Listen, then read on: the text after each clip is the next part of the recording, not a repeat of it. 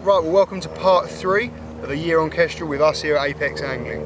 It's about 4 weeks since the end of part 2. It's now end of June, start of July, and we're down here on a nice sunny Saturday. We've actually brought both our dads along as well.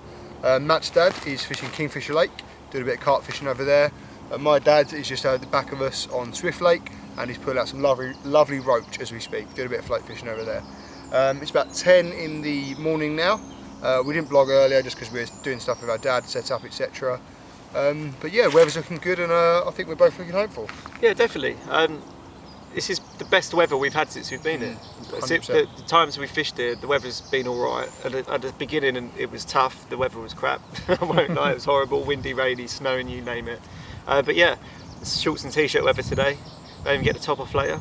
Oh, naughty. Yeah. Show the guns. But no, at the bank.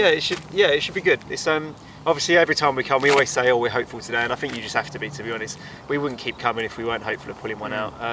But yeah, we just got to stick at it. Lakes like this is a new entity for everyone. We're learning more about the lake every time we come. Definitely. I know it's a cliche, but we are. It's new to everyone. It's only been open, what, 4 months now? Yep, since something like that. March. Yeah, about 4 months, something like that. So yeah, they don't seem to be coming out on boilies for us. No, I don't. Oh yeah, tell a lie. No, that's a lie actually. You caught boilie last time. Pop-up, yeah. I mean, I think that I'm quite glad we caught last time. I feel like we've broken our duck. I felt like saying, actually, I should have said they haven't been coming out of boilies for me, or anything for that matter. Yeah, I'm not sure. I think the carp coming out a lot. If you read what people are saying about what they've caught on, there's a mix of obviously good quality boilies are going in the lake. We're getting quite a lot of the Mistral stuff in, getting used to that, and people fishing over particle as well. The guys that seem to have the advantage of using bait boats. You're not allowed to spot on the lake. It's one of the rules. It's fair enough. It's only a small bit of water. You don't want to be thrashing it apart. We're obviously not using a bait boat. We're perfecting our art of fishing. As you can tell, we're not fans of them, but fair play to those who use them. Yeah, if you use them, fair enough. It's just personally not for me. I like casting. I enjoy that part of fishing. Our approach today is going to be very much a particle and pellet mix. We've got obviously a big bag of Mistral 10 pellet, some of the hemp they do as well, and then a few other little bits crushed boilies and bits and bobs. Just mixing it up a bit. We're going to be fishing over that, just spooning that in from the bank. And the hay fever started. Yeah, Matt's full on hay fever. Nice. I'm keeping my baits quite small. I'm doing sort of double mini fluoros that Mistral do. I'm a massive fan of those. Yeah, little small 6mm. Really enjoy those, and also maybe some drilled pellets or something. We'll mix it up, we'll see what happens. Yeah. I might trim a boilie down. Just going to keep it, try a bit of fresh things today, I think. I don't think enough have been caught on one particular bait to say that one bait works here. Yeah, definitely. So it's just a matter of keep doing what we're doing, mixing it up, variety of baits going in. We've caught on the pop-up pineapple now from Mistral, so we know that works here, but it worked on that day. It doesn't necessarily mean it's going to work every day, and until we catch every time on pineapple Mistral pop-ups, we'll keep an array of baits in our arsenal. So, like I said, it's 10 in the morning. There has been some activity when we've got here. A few fish have shown, which is good for the lake because that doesn't usually happen. There was some activity over my left rod earlier. Me and Kev the bailiff were sitting there watching, and we saw a tail wag, and then the swim fizzed up, and we both got excited. It's not a dog. Yeah, you know what I mean, a tail splash. We got a bit excited because we thought the rod was about to rip off, but alas no. I have topped that up though because it was fizzing for a good minute or two, and the size of fish in here, they can mop up a good thing of particle fairly quickly. So I put a few more spoonfuls over there to top it up. Hopefully that'll work. We've got a few other things to do today, a few cool things to show you, but we'll sign out for the moment and hopefully we'll have a fish soon. Yeah. Nice one. Got a new PB grass carp for me, £25 and 2 ounces. Came over mixed particles with a double mini fluoro pop-up from Mistral. It's absolutely beautiful. As grass carp do, didn't fight too much coming in, but God, when I got it in that net, it went psycho. I am so happy with this carp. It is beautiful. I think it's the biggest grass carp in the lake. I'm not too sure, but I'll check.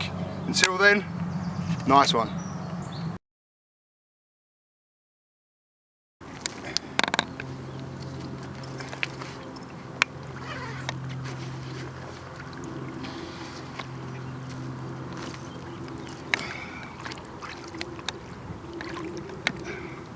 It's important with a big fish like this, when he's had a hard fight, just to take your time with him. He's in the water and he's happy. Just let him come around at his own pace. It'll take a while to recoup, but as long as you've got a right sling and don't rush him. Off he goes. Nice and slowly. There we go. Nice one.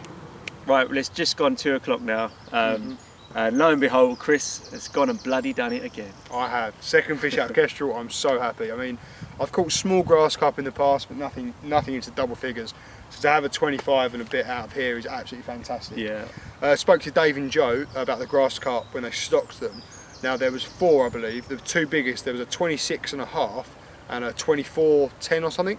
So I'm fairly sure that was probably the 24.10 that's grown into a 25. Unless the 26.5 went in with spawn, Yeah, got rid of it. But I don't think it will have. I mean, all the fish that have come out have grown so far. They've measured every weight, and everyone's been about a pound or 2 heavier. But regardless of what happened, Chris has had a 25-pound grass carp. Absolutely stunning looking fish. And yeah, it seems to be working. Exactly the same spot again. As the fish last time, What yeah. is this? Peg 3? No, peg 4, sorry. I had that over the particles that we were talking about earlier, and then 2 mini fluoros from Mistral, a purple and a white one, sitting just above the weed, really nice. It was the swim that I saw the fish feeding earlier as well, so topping up was the right decision. Yep. I mean, he's come in, gorged himself on the particle, bam. Yeah, So you know happy. what? Even though I haven't caught, so obviously I'm a bit down about that. I want to get one in the net and obviously say I've had one as well. But to just come here, the amount of hours we've put into this lake, it's a new project to us, a new project for Marisol themselves, to actually get 2 carp out that are 20s for a start. You've never had a grass carp that big before. No, never. Your last one looked like a proper football. Yeah, as said in the last video. Yeah, actually, someone's commented saying it looks like football. It's true. It was a bit rotund. Yeah, I think it's fair to say, but it's got massive growth left in it. It had a huge tail on that one as well. And I mean, this grass carp, everyone who's caught a big grass carp or any grass carp will know that they don't fight particularly well coming in. You put a net in front of them and they go psycho. Yeah, Chris's words were, "It's not that big." Yeah, and then I saw it and I was, I swore. Matt got the net. It was nearly in the net, and then it did if anyone's seen a marlin or anything, it did that. It's like Barracuda kind of just Sort of jumped out. And then Matt dove in after it, and I held boat loose, but I didn't dive. I had my feet in the water. it was really good though. Got it in. My dad was here to see it as well. My dad's only a float fisherman, so he doesn't really see fish that big. Now he appreciates why us nutter carpers do it. Yeah, sit on the bank for so long with that one. So yeah, really excited. I mean, the fact that there's probably a bigger grass carp swimming around as well than that thing was huge. You might not have looked on camera, but it was a very long carp. A couple of feet long easily. Rods are out. We're not going to touch them now for the night. No, they're done. They're good positions. Matt's actually been rowed out and boots very precisely. Yeah. Matt's not the most talented in a boat, I think it's fair to say. I tried to get a picture. I didn't want to get any video because I didn't want to put too much pressure on him. But those lanky legs don't lend themselves to balance. 6'2", and those legs aren't for balancing. But no, it was nice. Obviously, on a lot of lakes, it's only because we've got the lake to ourselves today. We had the opportunity. To do we that, wouldn't have gone out otherwise. We obviously had the permission of Joe and Dave to go out there. But so thank you for that. I'll thank you again even more. I'll give you a hug in the morning if I have one overnight because of it. But yeah, it was nice to just get out there, and obviously it's no spotting on this lake, so we had an advantage and we seized it. So hopefully it should bode well for us. But we're going to stick at it. Dinner's soon. 3 hours? The burger and chips coming over, which is nice. I'm starving. Courtesy of Marisol Catering. Thanks, Joe. Lovely, thank you, Joe. There you go. Joe's got her own mention now. Whenever we go up and tell her a new video's up, I think she gets a bit downbeat that Dave's the star of the show. And Dave's not in this one. And Dave's not in this one, but Joe. Well, he might be actually. He might catch me in the morning. Who knows? We'll see. But yeah, excited for us today and the night. Probably catch up with you guys before darkness falls anyway, to talk about what's been going on, but until then, nice one. Right, we've come to the end now of a very hot and sunny weekend session at Kestrel. I got a new PB grass cut for me at £25 2 ounces, couldn't be happier. Unfortunately Matt didn't get anything out again. Needless to say, he's getting a little bit frustrated, but he's so determined to get one. I can't describe to you the bug that gets you when a lake like this, when you know that next fish is just around the corner and it's going to be beautiful when you get it, and Matt has certainly got that bug. We're back here in a couple of weeks at the end of the end of July to finish part 3 of these diaries, so I'll cut in a second and I'll see you then. Right, it's about 2 PM now in the afternoon and it's absolutely sweltering. I can't describe how hot it is.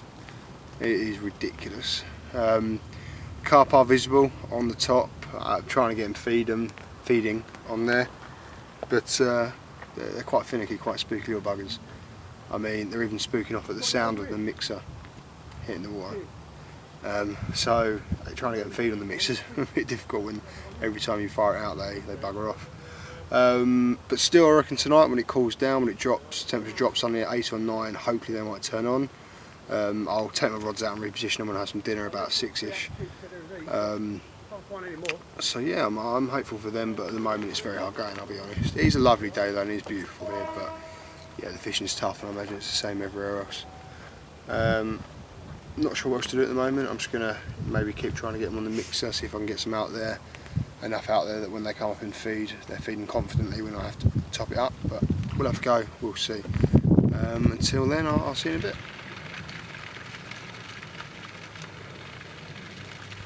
Right, it's about 8:30 in the evening now. Unfortunately, still no fish at all. Simon, down in swim 3, I think he's in, has had a really nice, I think it was £26 common. He got that on off the top, which was great news. He got them feeding up there, spent a couple of hours really diligently, slowly putting bait in, getting them more confident. And he eventually got the common off. It was a really good fight he looked to have coming in. An absolutely beautiful fish as well. Slight damage on one side, but we all fixed that up, and yeah, the fish got away nicely. I'm confident for tonight. I'm hoping they're going to get their heads down more as it cools down. I mean, it's been so hot today. I know I've said it a couple of times in the video. I don't mean to go on, but it really has been that hot. So I'm hoping they get down and feed tonight. Tactics wise, I've kept my right hand rod, which is near the margin. I've kept on the particles with the 2 mini fluoros fishing at the top of it. And the left hand rod, I'm just really fishing for a quick bite, so I've just put a pink fluoro 4 Seasons by Liam Bartrop and Mistral on that one. I have scattered some boilies around the area as well, some I-40 red, so hopefully I can nick a bite on that. I'm not too hopeful. I've not had that much luck on pink this season, but we'll see what happens. I'm just nicking a bite. I'll catch up with you in the morning regardless whether I have a fish or not, but hopefully I do. Well, that brings an end to the part 3 of the year on Kestrel. Unfortunately, I didn't have anything this session. Last night I remained really hot, slept pretty much in the open air. The only fish that came out was that one to Simon that I told you about just before I went to bed. I had a couple of bleats, nothing really significant. However, I am happy that I managed to get that really nice grass carp out. Now called Big D in this episode, which was really nice. As I mentioned, that's also in the Angler's Mail, so pick up your copies of that and you can have a look and read about my catch there. On another note, the next episode you see of us will actually be away from Kestrel. We're going, me and Matt have got a really exciting trip away with Ian Jamieson to Thorpley, which will be really cool and a nice runs water for us to bag up for a bit. Really do love fishing these tough waters, but every now and again I think you do need to get onto a runs water and really put some bends in your rod and get some fishing, so I'm really looking forward to that. Anyway, stay tuned. Like always, check out Mousehole's website if you want to know more about the complex. Follow us on Twitter and subscribe. Thanks, nice one.